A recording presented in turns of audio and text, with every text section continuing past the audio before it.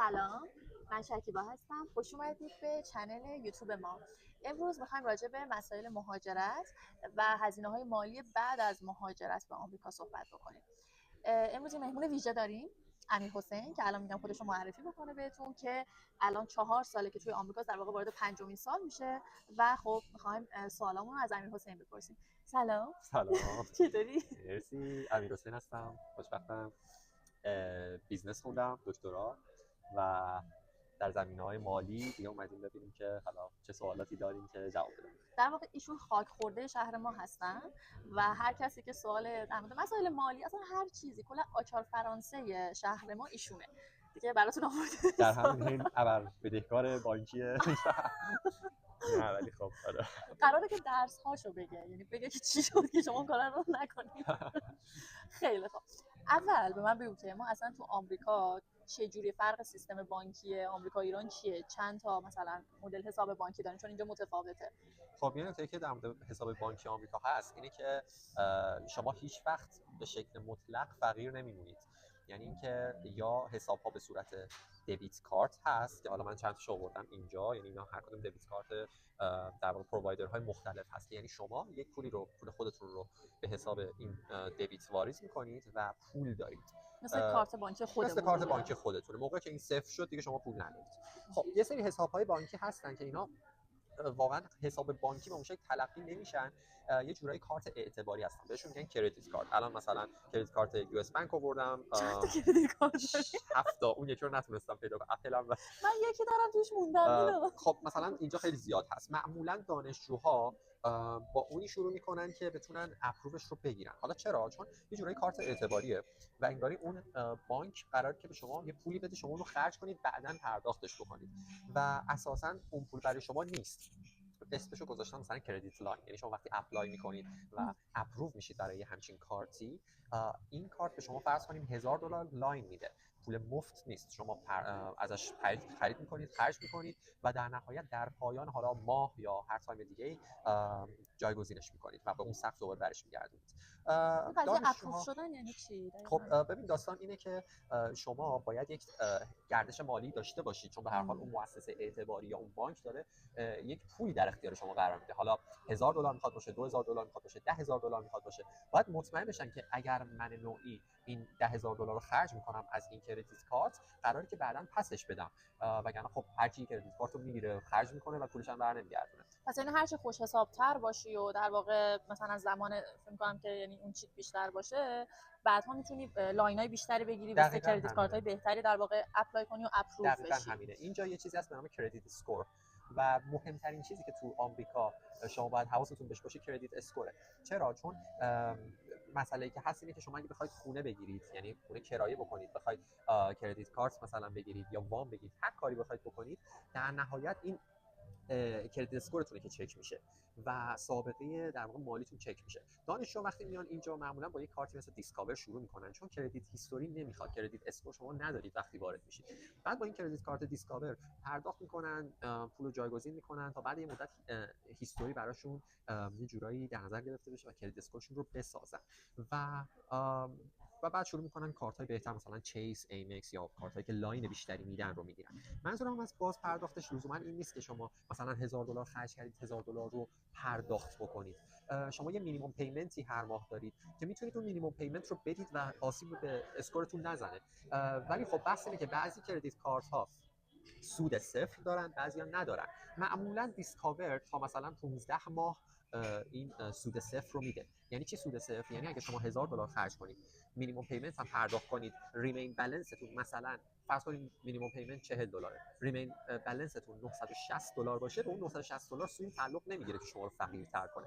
و حقیقت امر اینه که تو آمریکا خیلی هوملس میشن به خاطر همین استفاده زیاد از کردیت کارت و عدم توانایی پرداخت خودش یا سودش، که همینجوری سود میاد روی سود و بیچاره میشه. مثلا شما حالا این تجربه خودم، مثلا لاین $2000 بهتون میدن، تو $2000 رو خرج می‌کنی، ولی اون مینیمم پیمنت تو $35، یعنی تو هر ماه مثلا مثلا یه $35 میدی که خیلی مبلغ کمیه و خب قطعا در مدت زمان که مثلا همین 15 ماه مثلا برای این کردیت کارت باشه، بعدش دیگه یه حالتی میشه که دیگه سود میخوره و تو همینطوری هی داری اون قرض رو میدی. چرا؟ چون هی کم کم مثلا آدم انگار که تشویق میکنه که همینجوری بشی. اگه حواست نباشه میتونه هوملس بشی واقعا. دقیقاً نکتهش اینه، این مؤسسات اعتباری این پول رو در اختیار شما قرار نمیدن که شما خیلی بهتون خوش بگذره، این پول رو در اختیارتون میذارن که خودشون نفع ببرن از بابت سودی که دریافت میکنن و خب از بابت هر ترانزکشن هم به هر حال یه مراوداتی بین اون سیستم پرداختی و اون مؤسسه اعتباری وجود داره. یه چیزم اضافه بکنم، کلا همه اینجا میخوان بهت کردیت کارت بدن، یعنی تو هر جا میری، تو هر فروشگاهی که میری یا هر بانکی که میری میگن بیا کردیت کارتمون رو بگیر، یعنی قشنگ میخوان که بیفته توی این داستان. و خب این نکته رو باید بگم که اصلا این چیز خوبی نیست. حواستون باشه که شما هر بار که اپلای میکنید ممکنه هارد اینکوئری بخورید و اون اسکورتون رو بهش آسیب بزنه. شما باید خیلی کانسیستنت باشید. مثلا اگر این کردیت کارت رو اپلای میکنید 10 ماه 1 سال از این کردیت کارت استفاده بکنید و بعد برید کردیت کارت بعدی رو اپلای بکنید. درست شد؟ و داستان که وجود داره اینه که مثلا من الان دیگه 4 سال و چند ماهه که اینجام، هیچ وقت سود پرداخت نکردم.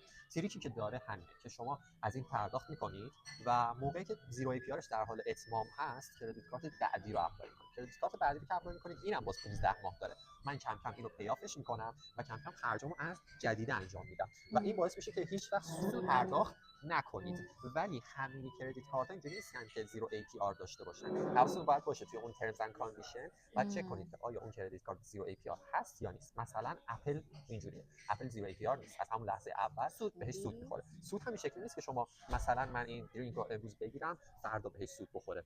فرض کنید این رو مثلا $12 گرفتید، در پایان ماه مالی که مثلا 14 به 14 هست $12 استیتمنت برای شما میاد و وقت از لحظه‌ای که اون $12 استیتمنت میاد شما 1 ماه وقت دارید که پرداختش کنید.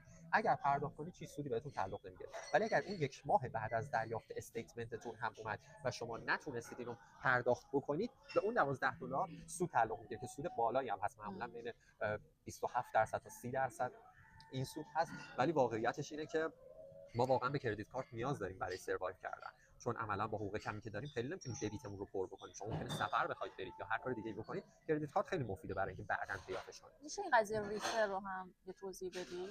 یه چیزی هست به نام ریفرال. خب معمولا برای اینسنتیو یا تشویقیه که مثلا شما اگه میخواید دیسکاور اپلای بکنید، حالا اگر خواهری دارید، برادری دارید، دوستی دارید یا شخصی رو در آمریکا میشناسید، اگر از ریفرال کد اون استفاده کنید، مثلا من اگر شما رو ریفر کنم، این کردیت کارت بعد از اینکه شما اپروو شدید و مثلا $500 در 3 ماه خرج کردید، یه ترشهولدی رو در واقع ساتیسفای کردید، میاد به شما مثلا $100 جایزه میده، یعنی واقعا چیز میکنه از بالانستون کم میکنه اونی که بدهکارید و $100 هم به اونی که ریفرتون کرده جایزه میده. و خب این خیلی خوبه، مثل معرف چون اینجا همشون همین هستن. مثلا این ممکنه $100 بده، این ممکنه $150 بده یا امکانات دیگه‌ای داشته باشه که توصیه میکنم که از ریفرال استفاده بکنید که به صورت میوچوالی بنفیشال هر دو سمت استفاده کنید. خب برای اونایی که شاید ندونن، من اینجا با ویزای تحصیلی اومدم و به صورت فول فاندم اومدم. امیر حسین هم همینطوریه. حالا من میخوام در مورد زندگی دانشجویی و مخارجش کلا بپرسم. به من بگو هزینه‌های زندگی برای یه دانشجو چطوریه؟ در واقع اون فول فاند بودن و اون حقوقی که ما دریافت می‌کنیم و خب شهریه دانشگاه اینا، در مورد اینکه آیا اینو کاورش میکنه و تا چه جوری با چه کیفیتی میشه زندگی دانشجویی اینجا کرد به صورت فول فاند، یه توضیح بده. خب خیلی متفاوته و متغیرات زیادی داره. یکی از اونها حقوقه که خب اینجا رشته به رشته حتی سال به سال حقوقا متفاوته. ولی اگه فرض بگیریم که هر کسی مثلا $1800 تا $2000 ممکنه در ماه فاند بگیره و بخواد با اون خرج بکنه، یه نکته دیگه میگم که شما سر ماه به سر ماه حقوق نمیگیرید، هر 2 هفته یک بار حقوق میگیرید که این چیز خوبیه در واقع، چون بالاخره حساب کتاباتون خیلی راحت تر میشه از این نظر. و در مورد هزینه ها، خب ببینید اینجا بسته به شهر خیلی متفاوته دیگه. مثلا از یک شهر کوچیک گرفته تا شهرهای بزرگی مثل بوستون واقعا کرایه خونه ماورایی تغییر میکنه و اصلی ترین خرج شما در آمریکا کرایه خونه است. واقعیتش خرج ثابت، اگر که حالا یه زمانی خدای نکرده اتفاقی افتاد مثلا تعمیرگاه ماشین بخواید برید یا مثلا بخواید پول درمان بدید، اون قضیهش فرق داره، ولی اصلی ترین هزینه ثابت شما کرایه خونه است که من توصیه میکنم که حتما در نظر داشته باشید که همخونه داشتن خیلی میتونه برای شما سیو پول بکنه تا اینکه شما بخواید خونه رو به صورت تنهایی بخواید بگیرید. و خب مثلا واسه شهرهایی مثل شهر ما که حالا شهر دانشجویی هست، یا میتونم بگم 70-80% دانشگاه‌های دیگه تو آمریکا که توی شهر دانشجویی هستن، شما برای یک خونه میتونید تا $1000 پرداخت کنید. حالا اون $1000 تقسیم بر 2 میشه، یعنی $500 و $500، ولی باز هم بستگی به خونه‌اش داره. این به این معنی نیست همه خونه‌ها $1000 و 2 خوابن و شما میتونید $500 خرج کنید. شما ممکنه برید یه خونه بگیرید $3000 پولش باشه و مثلا 2 خواب باشه یا 3 خواب باشه. بنابراین من بیس رو برای این میذارم که اگر یک دانشجوی بخواد با $2000 اینجا سروایو بکنه، باید هم خونه داشته باشه، یه خونه 2 خوابه داشته باشه که حالا داره $1000 میده برای شهرهای کوچیک، و برای شهرهای بزرگ تا $2000 این حداقل یعنی میاد بالا. ببخشید، به خاطر اینکه خب بازم تو شهر بزرگ امکان گرفتن خونه $10,000 هم هست. پس این از این. خرج بعدی که شما میتونید داشته باشید، من راجع به خونه یه چیزی بگم. کلا توی آمریکا، حالا نه خونه، همه چیز شاید یه کف داشته باشه ولی سقفی براش وجود نداره، همیشه یه چیز گرونتر و بهتر هستش. و خب اون فاندی که میدن اصولا فاندی رو میدن که بر اساس اون مخارج اون ایالت و اون شهر باشه، تنظیم میکنن. ولی کلا به نظر من برای زندگی دانشجویی توی شهرهای دانشجویی و شهرهای کوچیک‌تر زندگی خیلی راحت‌تر و با کیفیت‌تری میشه داشت تا مثلا شهرهای مثل بوستون و نیویورک و اینا که مخارج سر به فلک میکشه. و به نظر من آدم وقتی جاب میگیره مثلا خوبه که بخواد بره اونجاها زندگی بکنه و خیلی زندگی وحشتناک میشه. و اصلا جدا از این که توصیه میکنم اصلا از این که در شهرهای کوچیک زندگی بکنید، حداقل موقتی برای اتمام مقطع دکتراتون یا ارشدتون، اصلا نترسید. شهر کوچیک آرامش خودشو داره، هزینه‌های سبکتری داره. مثلا هزینه ترانسپورتیشن توی شهرهای بزرگ خیلی زیاده، یعنی شما برای از یه جا به یه جای دیگه رفتن واقعا باید اگه ماشین دارید کلی هزینه پارکینگ بدید یا هزینه سوخت بدید. اگر که با حمل و نقل عمومی میرید قاعدتاً اون هزینه حمل و نقل رو باید بدید، در حالی که مثلا این هزینه برای شهرهای کوچیک اگه شما بخواید به دانشگاه برید، اتوبوس مجانی برای دانشجو. آره، کارت دانشجویی نشون میدیم. خیلی خیلی جاهای دیگه ای هستن، نه فقط شهری که هستیم ما، جای دیگه هستن که با کارت دانشجویی هزینه اتوبوس به هر حال رایگانه. پس از این نترسید. شما همچنان فرصت اینو دارید که بعد از اتمام تحصیل یا در طول تحصیل برید شهرهای بزرگ رو ببینید و این خیلی دیسادوانتیج نیست. حالا یه چیزی هم بگم اینجا، حالا تجربه من توی حداقل شهر ما، فکر کنم خیلی شهرهای کوچیک دیگه اینطوری باشه، خونه ها قدیمی ان و چوبی ان. مثلا شاید 60 سال 70 سال مثلا اون خونه قدمت داره و مثلا من به شخصه کیفیت خونم تو ایران خیلی بهتر بود. ولی اولا من به راحتی اینجا تونستم با همون حقوق دانشجویی وسایل خونه رو بگیرم که این کارو هیچ وقت نمیتونستم تو ایران انجام بدم به این سادگی و اینقدر سریع. تو همون 1-2 ماه اول جمع شد وسایل خونه برای من. بعد اینکه من اینجا مشکل برای خرید پوشاک و اینا ندارم، راحت میخرم، هر برندی از لوازم آرایش بخوام میخرم و من اینها رو هیچ کدومو نداشتم توی ایران. در واقع میگم همون چیزی که امیرحسین گفتش، اینجا خرج اصلی همون خونه است، بقیه رو به راحتی میتونی یه زندگی خیلی نرمالی رو داشته باشی. و خب یه سری افرادی از من سوال میپرسن که مثلا برای ورود به آمریکا چقدر پول باید تو جیبمون باشه. ببین شما میتونید از فرضاً $1000 که بیس واقعا تا موقعی که پیچکتون بیاد دستتون، از $1000 باشه تا مثلا $10,000. حالا ایران $5000 به بالا اجازه نمیده، ولی فرض کنیم اگر توی چمدونتون بذارید و بردارید بیارید تا 10,000 تا تو آمریکا میتونید وارد بکنید. و واقعیتش اینه که شما قدرت خرید اینجا دارید، یعنی حتی اگه با $1000 بیاید شما قدرت خرید دارید. چرا؟ چون این کردیت کارت که اینجاست به شما این امکانو میده که شما از آمازون هر چی میخواید بگیرید. یعنی من تا به حال در آمریکا توی این 4 سال خورده هیچ وقت نشده که دلم یک چیزی بخواد و بگم قدرت خریدش رو ندارم. این به این معنی نیست که مثلا بگم که مثلا دلم مازراتی میخواد و رفتم خریدم. نه، قدرت خریدش رو داشتم که برم بخرم، ولی خب به هر دلیلی نخواستم بخرم. یا هر اکسسوریز. من یادم توی ایران من مدت 10 سال 11 سال یک لپتاپ رو داشتم استفاده می‌کردم، در حالی که اینجا به راحتی هر چه تمام شما میتونید آیفونتون رو به روز رسانی کنید، میتونید تبلت بگیرید، میتونید لپتاپ بگیرید، هر چیزی که دلتون بخواد میتونید بگیرید. تبلت، لپتاپ، آیواش، اینا رو همه رو میتونید با قسطی، با مثلا اگه عضو فامیلی پلن و اینجور چیزا هم باشه که با جزء قسطای خیلی مناسب در حد $35 در ماه بدید و آخرین مدل گوشی و اینا رو داشته باشه. یه چیزی که اصلا محال بود توی ایران، طرف باید تلاش رو می‌کرد یا مثلا چند سال مثلا پس انداز می‌کرد که بتونه یه آیفون بگیره. یعنی این چیزا اینجا نیست و این یه چیز خیلی فوق‌العاده‌ایه. بخوام خلاصه در مورد این قضیه صحبت کنم، شما هر وقت اراده کنید هر چیزی رو خواهید داشت. هیچ وقت هیچ چیزی براتون حسرت نمیمونه و هر چیزی هم خواستید میتونید قسطی بدید واقعیتش با هر عددی. حالا یه سوالی که خیلی میپرسن اینه که چون خب خیلی‌ها به صورت کاپلی میان یا با خانواده میان، بچه‌ها کسی که برای ویزای تحصیلی اقدام میکنه مثلا مهندسی و رشته های ما، نوع ویزاش F1 F1 و برای همسرش وقتی اقدام میکنه میشه F2. خب یه مسئله که وجود داره و توی خیلی کشورها مثلا اونجا F2 میره کار میکنه، مثلا F1 مثلا کسی که در واقع اومده شخص اصلی درس میکنه، اون نفر دوم میره کار میکنه. میخوام اینجا در مورد این صحبت کنیم که آیا F2 توی آمریکا اجازه کار داره یا نه؟ جواب درستش اینه که نه. یعنی در 99% مواقع شما نمیتونی کار بکنید.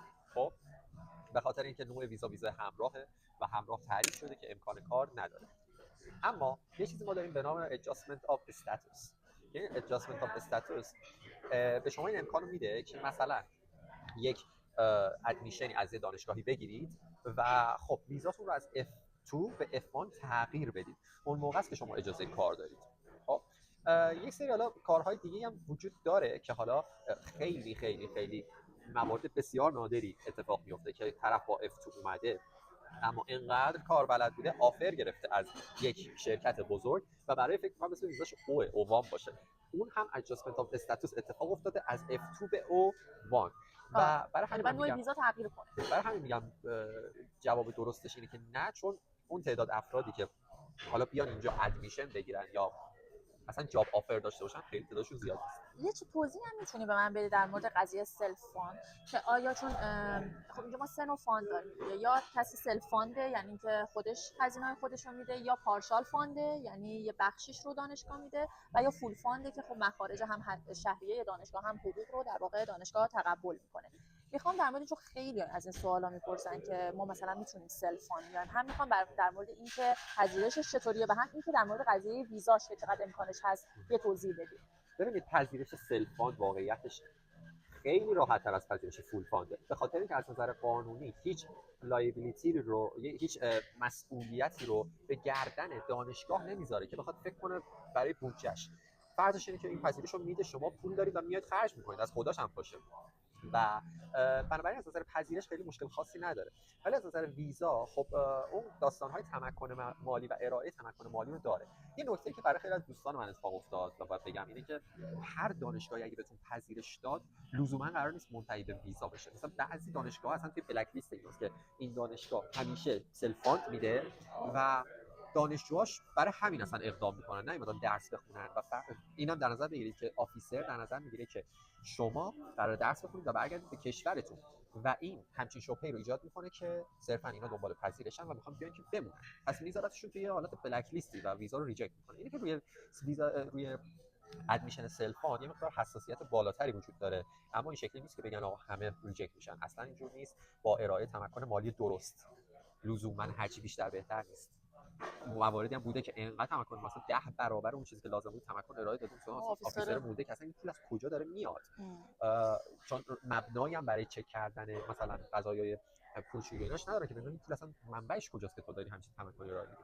تمکن مالی سالانه‌ای که مثلا 1.5 برابرش رو شما 1.5 برابر اون چیزی که هزینه دانشگاه و هزینه زندگی شما هست رو ارائه بدید، اون کافیه. و این هزینه ها توی آیتونیتون هست، نوشته که تویشن اینقدر هست، لیوینگ اکسپنسز اینقدر هست، مدیکال اکسپنسز اینقدر هست. آخرش میگه مثلا من $50,000 هر سال لازم داره این دانشجویی که پرداخت بکنه. خب شما اگر مثلا برای تمکن مالی $75,000 یا $100,000 ببرید که بگید آقا من هزینه زندگی برای 1.5 سال رو دارم، کفایت میکنه. ولی اگه سوال اینه که خب سلف فاند چیکار بکنه وقتی اومد، حالا قبل از اینکه به اون برسیم من در مورد تجربه خودم بگم.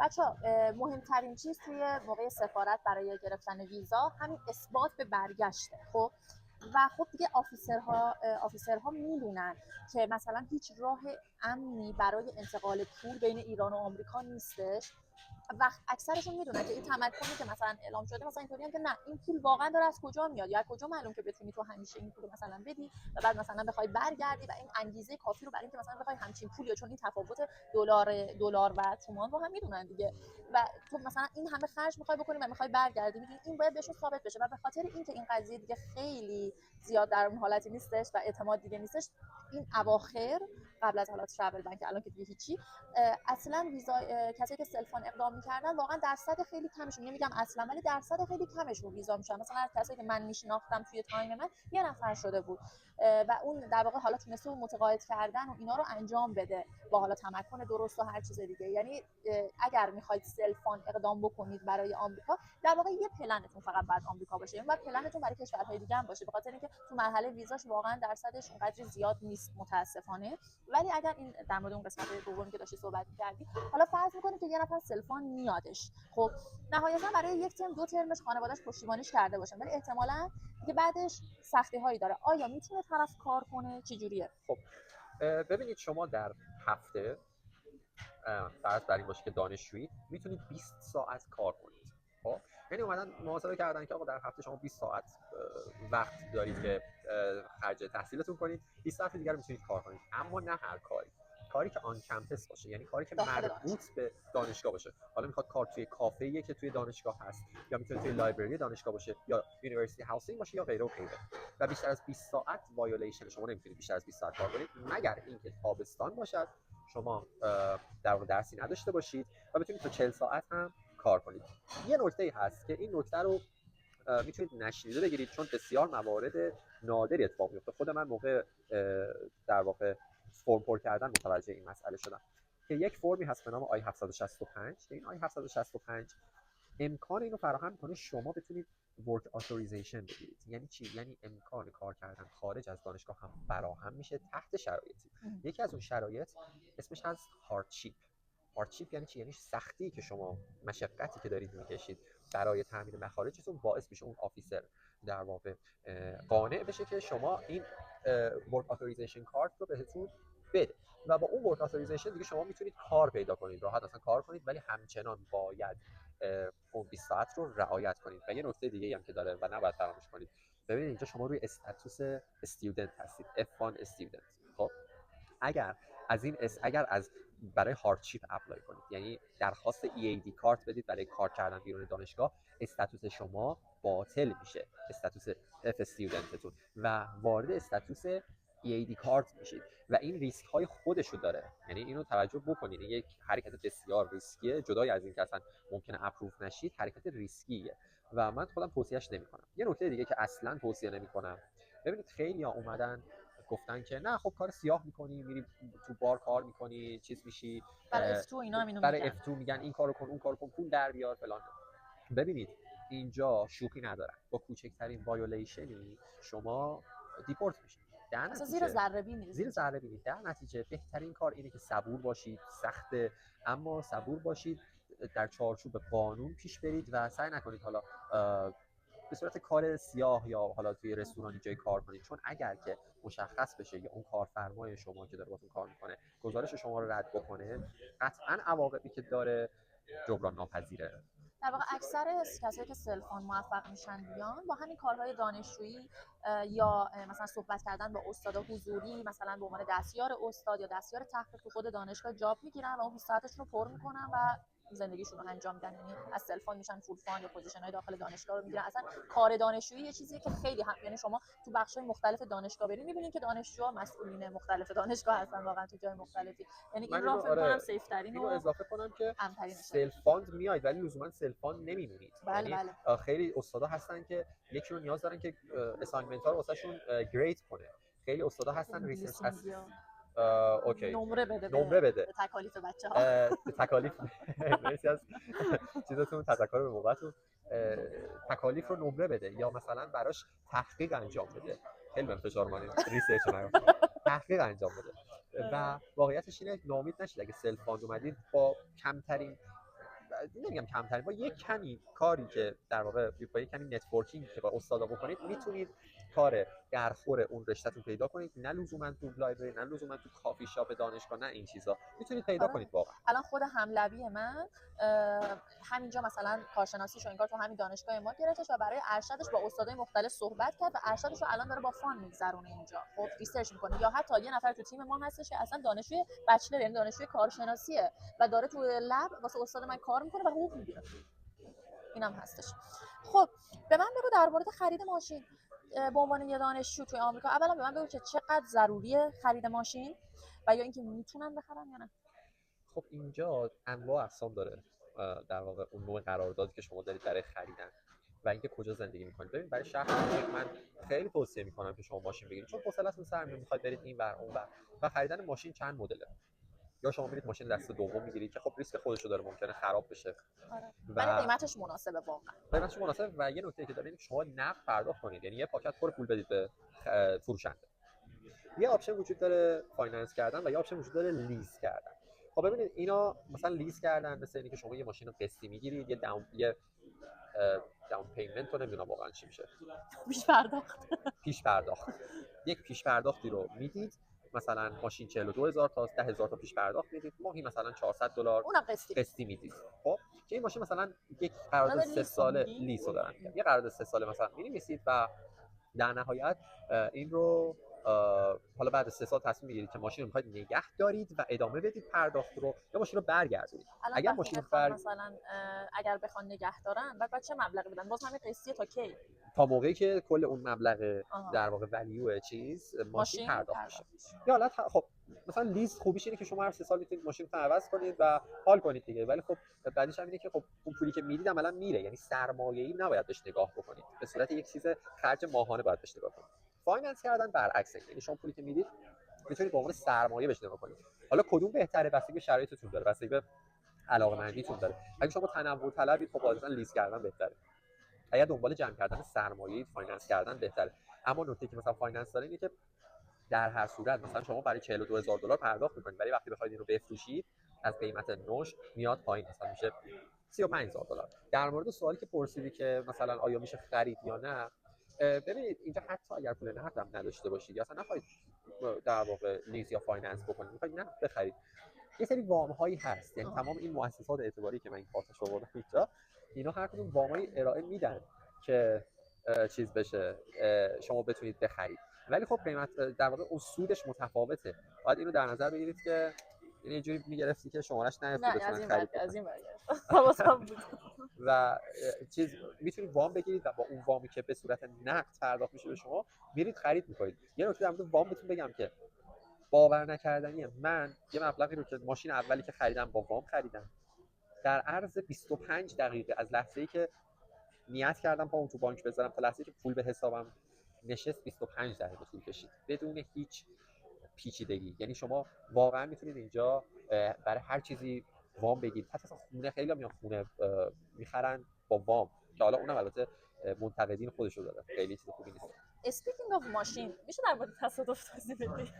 آخر تصادف در آمریکا چی میشه؟ من واقعا حواسم جمع بود. این نکته خوبی بود، همیشه برای ماشینتون بیمه خوب داشته باشید، به خاطر اینکه من با گوز تصادف کردم و شناسایی شد. آره و مشکلش این بود که خیلی هم آسیبی ندید، ولی چون ماشین در واقع نو بود خرج داشت و اینجا هم همیشه عوض می‌کنم، مثلا $4500 رو تعمیر نمی‌کنن، بیشتر تعویض می‌کنن و واسه همین مخارجش میره بالا. کلا مخارج لیبر و نیروی کارم زیاده.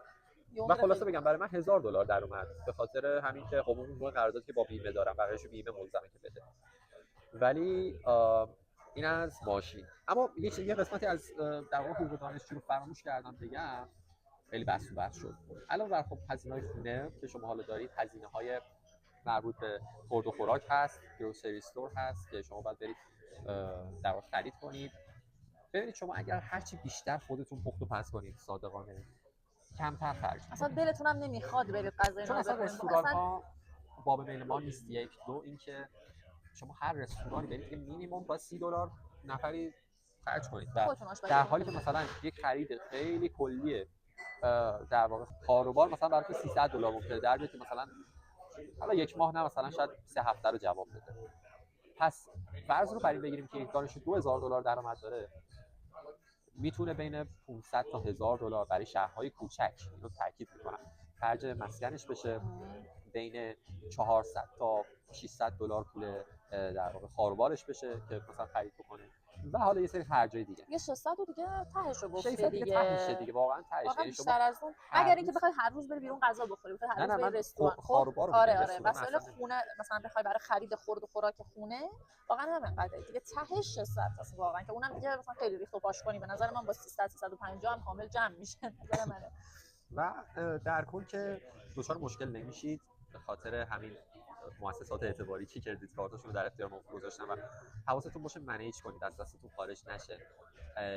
یه چیزی که اگر برای من وارد سود بشید اون موقع خانمان سوزه. فرض کنید مثلا من این رو $4000 بدهکار بشم و وارد سود شده، مثلا سود 30%.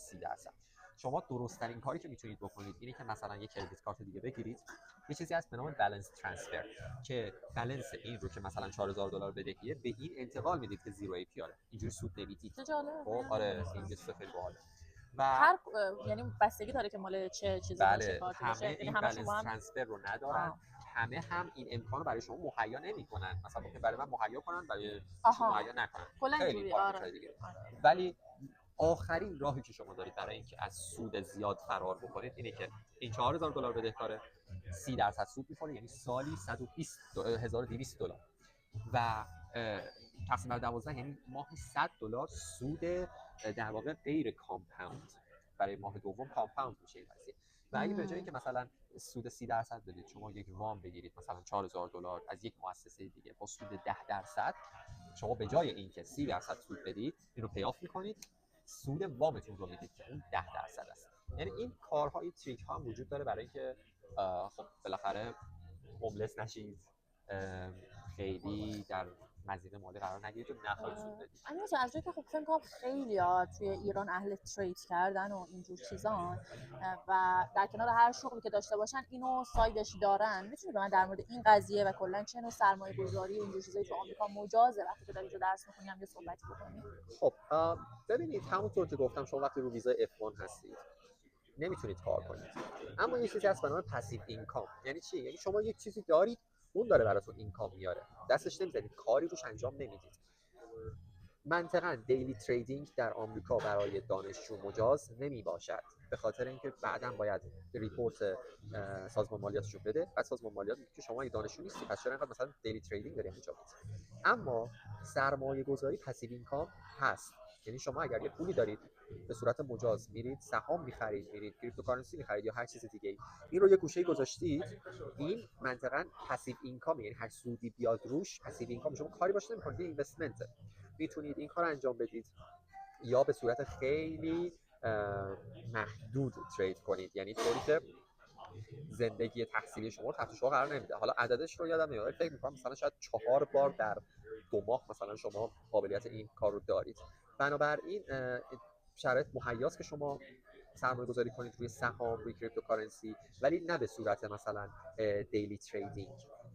اینو باید در نظر بگیرید چون اینجا برای هر چیزی باید مالیاتش رو بدید و گزارشش. یه سوالی که دارم و میخوام که نمیخوام خیلی طولانی چون میدونم آدم میتونه ساعت‌ها راجع به این سوال جواب بده. یه چیزی در مورد مالیات. خب من یادم موقعی که در واقع وارد شدم گفتن که باید بری حالا یه سری فرمایی رو توی برای دانشگاه پر بکنی که از اون به بعد مثلا انگار که یه هزینه‌ای رو ازت ماهیانه کم بکنن رو پیچکت، به جایی که مثلا یهویی سال مالی که تموم بشه بخوای کلی تکس بدی. کلا راجع به این تکس چه راهنمایی میتونی به یه دانشجو بکنی؟ در کجا؟ چون تکس میگم کوتاه به خاطر اینکه تکس اینا خیلی پیچیده است و بهترین منبعش اینه که بری با خودشون مسئول تکسشون توی دانشگاه بشینی قشنگ صحبت کنین، چیزی که مثلا تو اورینتیشن به ما میگفتن. خب و خیلی پیچیده و خیلی با خودشون هم همیشه تو این مورد خیلی براشون سرگیجه آوره و اینا. میخوام یه چیز کوتاه در مورد تکس هم توضیح بدید. ببین خوبی مالیات اینه که اینجا پلتفرم‌های مختلفی هستن که این کار برای شما انجام بدن. یعنی شما فقط یک فرم مثلا W2 که در مورد تکس هست رو به صورت اینپوت میدید به اون پلتفرم و اون خودش حساب میکنه که چقدر باید به سازمان مالیات بدید یا سازمان مالیات شما بده و اون فرما رو ارسال میکنید برای سازمان مالیات و خودشون کاراشو انجام میدن. این خوبیشه. اما زمانی کارساز این پلتفرم‌ها که شما درآمد جانبی ندارید، یعنی صرفا یه دانشجویی W2 خوشگل براتون میاد یا نهایتش مثلا یه اسکالرشیپی گرفتید، یه فرم 10 فکر کنم 42 باید باشه یا 1042 میاد آپلود میکنید، اون پلتفرم میگه که چقدر شما بدهکارید یا طلب کنید. اما در مورد سوالت یه لحظه میس کردم که کلا در مورد می‌خواستم بدونم که مثلا تکس آره مثلا توی یه سال چقدر تقریبا پول تکس میدن. تکس سال مالی داره. شما از ژانویه تا ژانویه براتون در نظر گرفته میشه و باید بعد از مثلا اتمام ژانویه، بعد از اینکه همه فرم‌های W2 تون اومد، همه فرم‌های 1042 یا هر فرم مربوط دیگه اومد، تا 15 اپریل وقت دارید که این مدارک رو پر بکنید و ارسال بکنید برای سازمان مالیات. این شکلیه. تکس هم بسته به شهری که زندگی می‌کنید که اونم بستگی به ایالتی که زندگی می‌کنید متفاوته. توی ایالات متحده آمریکا ما یک استیت تکس داریم، یه فدرال تکس داریم. فدرال تکس چیه؟ شما روی اینکامتون باید 10% از درآمد بره برای مالیات، فیکس، مطلق. اما برای در واقع استیت تکس بسته به استیت داره. یعنی چی؟ یعنی یه سری استیت مثل استیت آف واشنگتن صفر تکسش، یه استیت مثل استیت کالیفرنیا 13% تکس داره. این هم باز میاد روش. و یه نکته که داره، بسته به درآمدتون باز پله پله این تکس تغییر میکنه. یعنی ممکنه یکی که کف حقوق مثل ما دانشجوها کف حقوق رو میگیره 10% باشه، میره بالاتر این تکس بیشتر میشه. و حالا به صورت اینکریمنتال هست که اون خیلی فکر نمی‌کنم الان جای صحبت داشته باشه. در همین حد فکر می‌کنم توضیح خیلی کافی بود.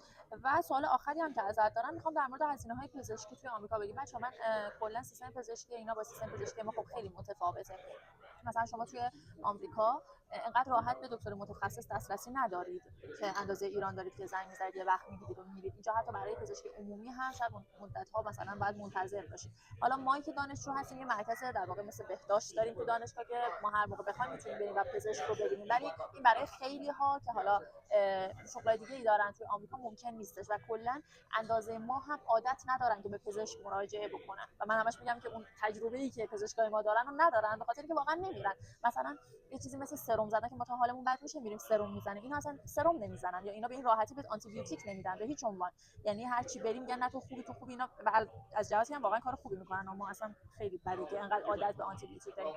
ولی این سیستمشون کاملا متفاوته و یه داستانی هم که دارن مخارج پزشکیشون خیلی بالاست که البته دلیلش هم که قسمتش فکر کنم بخاطر تجهیزات پیشرفته‌ایه که خب دارن اینجا دیگه که انقدر زیاده. حالا به من بگو اگر اینجا خدای نکرده دانشجویی به مشکلی بخوره، مثلا پاش بشکنه، دستش بشکنه، اتفاقی بیفته، در مورد اورژانس اول میخوام یه توضیح بدی و در مورد هزینه بیمارستان. خب با یک نکته طنز شروع کنم. من بچه‌ها وقتی دوستام رو اولین بار دیدم گفتم دوستان من یه قانونی برام وجود داره، من اگر مردمم زنگ نزنید آمبولانس منو ببره. اینو استادم هم به من گفته بود، یعنی هر اتفاقی افتاد آمبولانس زنگ نزن. به خاطر اینکه از لحظه‌ای که شما آمبولانس میبرتتون از چیز تا در خود اون امرجنسی مثلا 10,000 تا پیاده میشه. یعنی این است. پس این رو من توصیه میکنم که مگر اینکه خیلی دیگه جونتون ارزش داشته باشه، خیلی در خطر دیگه، خیلی یعنی مثلا دیگه رو به موت خدای اگر زبون حال باشین که زنگ بزن، وگرنه اصلا به قول ما کرایه نمیکنه که زنگ بزنید. ولی از نظر هزینه در واقع درمان، ببین اینجا هزینه‌های غیر مترقبه، آزمایش فلان و اینا عمده دانشجوها، یعنی میتونم بگم همه در واقع بیمه هستن. حالا بسته به اون که این بیمه چی باشه، مثلا یونایتد هلثکیر باشه یا هر چیز دیگه باشه، پولی که شما پرداخت میکنید متفاوته. ما یه چیز داریم به نام دیداکتیبل، همون دیداکتیبلی که برای کار اینشورنس بود که مثلا من مجبور شدم 1000 تا بدم بقیه‌شو بیمه بده، برای بیمه سلامت هم هست. یعنی اگر یک صورت حسابی بیاد که مثلا $3000 هزینه درمان شده، بعضی بیمه ها ممکن از من دانشجو بخوان که شما $500 رو بده، $500 اول با خودته، 80% مثلا مابقیش کاور میشه توسط بیمه. یعنی 20 میشه $500 به اضافه 20% از هزینه‌های اون صورت حساب برای شماست.